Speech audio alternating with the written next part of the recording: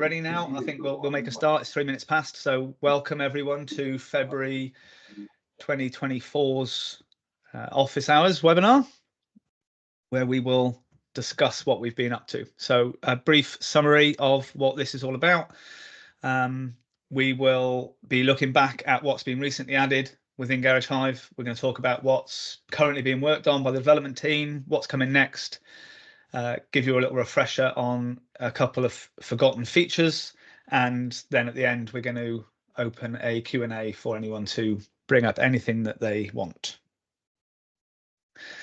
So we created office hours off the back of feedback from the community that wanted us to try and find some ways to engage better and keep you guys up to date with what was happening. So we plan on doing these webinars once a month, 15 to 20 minutes, just to go through the things we talked about, what we're up to, and they should be hosted by Alex Dawn and myself. This is supposed to improve awareness of new features and, importantly, give you guys a voice at the end to let us know how you feel about things and if there's anything you want to bring up. What we don't want to do during this webinar is discuss new features in terms of refinement. We don't want to get into a long conversation about a refinement, but you can certainly bring up your ideas and any issues you have. If you want to lobby for an idea that we can then put forward to discuss, then garagehive.co.uk/ideas was created for that. So if you're not familiar with that platform, please head over to the ideas page and you can raise any feature requests you want there. So let's move on to recently added features. We did bring this up last month, but it's now done, deployed to everyone. So we've finished the API integration with QuickBooks, and we're now on version 2. The previous version was a CSV import. Some people are already on it. The rest who aren't need to be upgraded, which we will proactively do. But if you are using QuickBooks and you're not on the API and you want to reach out to us first, then that would be good. But at some point during March, we'll have to go through and move everyone over anyway. So if you are using it and want to, then please reach out to support and we'll get that done. We made a change to the line checker. Everyone should be familiar with that, line checker in document lines. So now you'll get a warning triangle if you've added the same item on the job twice. Okay, instead of so if you add 2 tires, but it's 2 of quantity 1 rather than quantity 2, but 1 line, you'll get a warning. So warnings don't stop you from posting. They're there just to highlight the fact that there could be something wrong with that line. In this case, the something wrong would be, do you need 2 separate lines, or should you change the quantity on the existing line to 2 or 3, etc. So that is also released to everyone. The reminded not book feature that we talked about last month, we have added some location specific filters to that. So obviously only really applicable to people who use multi-location within Garage Hive, but we're now filtering the reminder to one, we're filtering what reminders we show to service advisors based on what location they work at, and also we're filtering the lines down to where the vehicle was last serviced.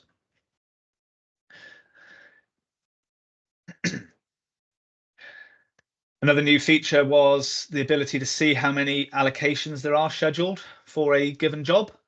So this is deployed to everyone, but not everyone has it. You have to enable the feature.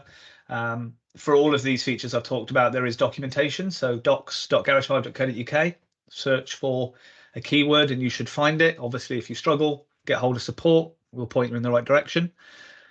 So this feature is deployed to everyone, but not enabled. You will need to do setup if you want it. And as you can see there in the red box, this allocation has 4 other allocations that are either pending or on hold in the future. So that was designed as a way of just understanding. So if you've got a service and MOT booked in, it should say 2 if you're using this feature. If you, of course, spreading that across 2 technicians, helps you understand that better. Okay. Some additional upcoming features. Some of you might like these. So we're going to refine the online booking to consider the schedule's available hours. So if you're not making use of available hours, you might want to start getting used to how that works and get it ready, because hopefully in the not too distant future, we will be ready to start testing that. We're going to make some changes to the online booking contact form. That's the last page that the customer sees when they're making the booking, where they key in their name and so on and so forth. So that's going to see some improvements shortly. We started talking with AAG about a parts integration, and we should, some point through March, finish those conversations and then be in a position to actually start doing some work. So keep your eyes peeled for an AAG integration. If anyone does use AAG and is particularly interested in testing it, then we're nowhere near that stage, but let us know who you are, because we can consider that when we're ready. And we'll be adding some barcode reference features to catalog items and, of course, item cards. There is a connection between the two. Again, we'll give you more information about what that means and how it can work as we develop and refine that. But that is also on the way. So this month, we've had a look through the ideas page, and there was a heavily voted for idea from RS Autotechnic about improving the Pay by Garage link feature. The complaint is that it's not all that obvious that the customer can view the invoice from the link sent to them. There's an image on the screen there, and at the moment it says show details underneath the job sheet number, and if they click that, it'll show them the invoice that they are being asked to pay for. So what Reese has asked for is that we make that more obvious. So we're going to pull that forward in the next week or two and try and get that done by the next office hours webinar. So keep your eyes peeled for that. And then in progress or testing. So we've got we have done, it's in beta testing, allow access to online authorization documents after they've been authorized. It's been asked for a lot by the community. So it'll be the same link. So at the moment, if you're using online auth, you send the customer a link and say, hey, we've identified this work, click here, you can view it, you can authorize it. And after they've authorized it, they would just be told, if they re-clicked the link, if they went back to the text message or email and they re-clicked the link, they were getting told, this link's closed now, you've dealt with it. So now in beta testing, if they re-click that existing link, it will open and show them what they have authorized, but it won't allow them to make any changes. Okay, and that's done. Well, it's in beta testing. We've added the due date on posted invoices. Previously, the due date was only generated when creating an invoice from a job sheet before it was posted. But now the due date will be there when you print a posted job sheet invoice. We have made it, sorry, that's in progress. With the job cards that are created from estimates, we are working on prompting you to open the job sheet after it's created. So at the moment, you go to an estimate or VIE and you create a job card. The process will then be, do you want to open the job? Because then you can raise a purchase order and schedule that work without having to navigate to somewhere else in the system to get to that document. That's also in progress. In beta testing at the moment is an increase of character count for service package descriptions. Those of you using service packages, or more specifically service package version lines you might be using, the character count has been increased to 100, which keeps it now in line with the character count for the group descriptions. So they're a one-to-one. The group description is on the document line.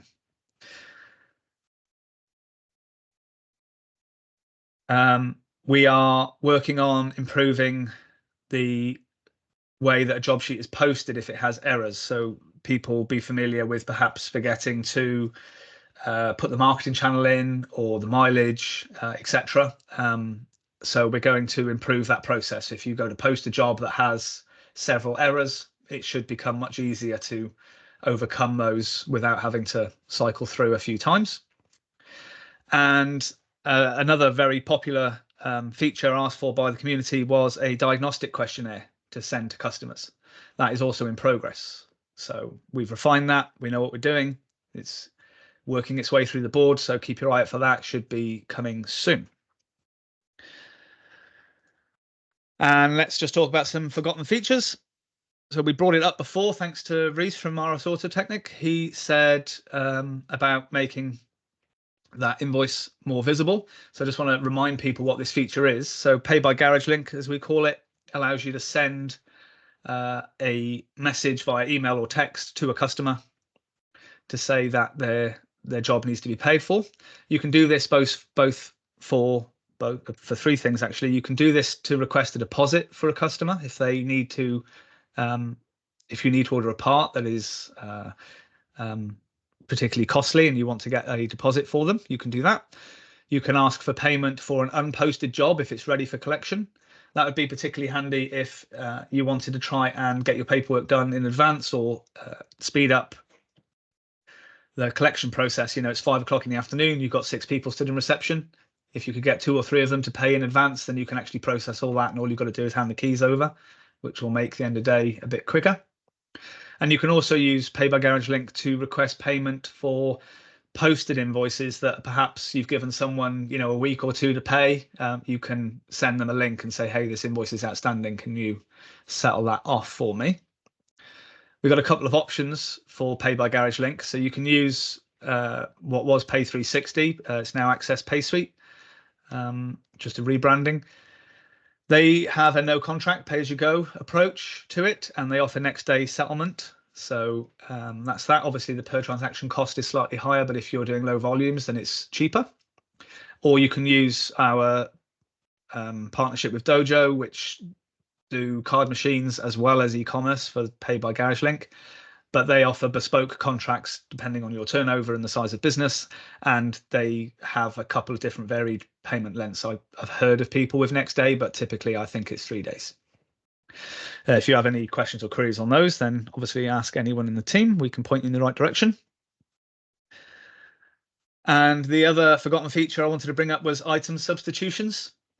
So if you've set up, I mean, this is a little bit more complicated. There is a document that fully explains it, but if you set up an item substitution, when you add an item to a job sheet, you'll get that blue circle that's highlighted there in the red box to tell you that there's a substitution. And it's particularly useful, for example, if you stock batteries. So you might buy Varta 1 month and then Yuasa the next.